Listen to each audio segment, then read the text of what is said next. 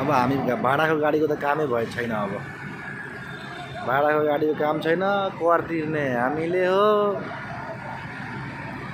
र अब मिसिन बोक्ने अब नगरपालिका गाडीले हुने भयो। अब कर तिर्ने हामीले हो, अनि भाडाको गाडीले, अनि नगरपालिकाको गाडीले अब मिसिन बोक्छ। नगरपालिकाको गाडी हो, मिसिन लगिरहेछ।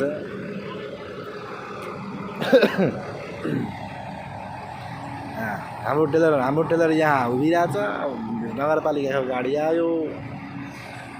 के अरे दिनको 11,000 दिने, ड्राइभरलाई 3,000 दिने, चालकलाई 1,000 रुपियाँ दिने, तेल हालेर जहाँ मन लाग्यो उता लिएर जाने।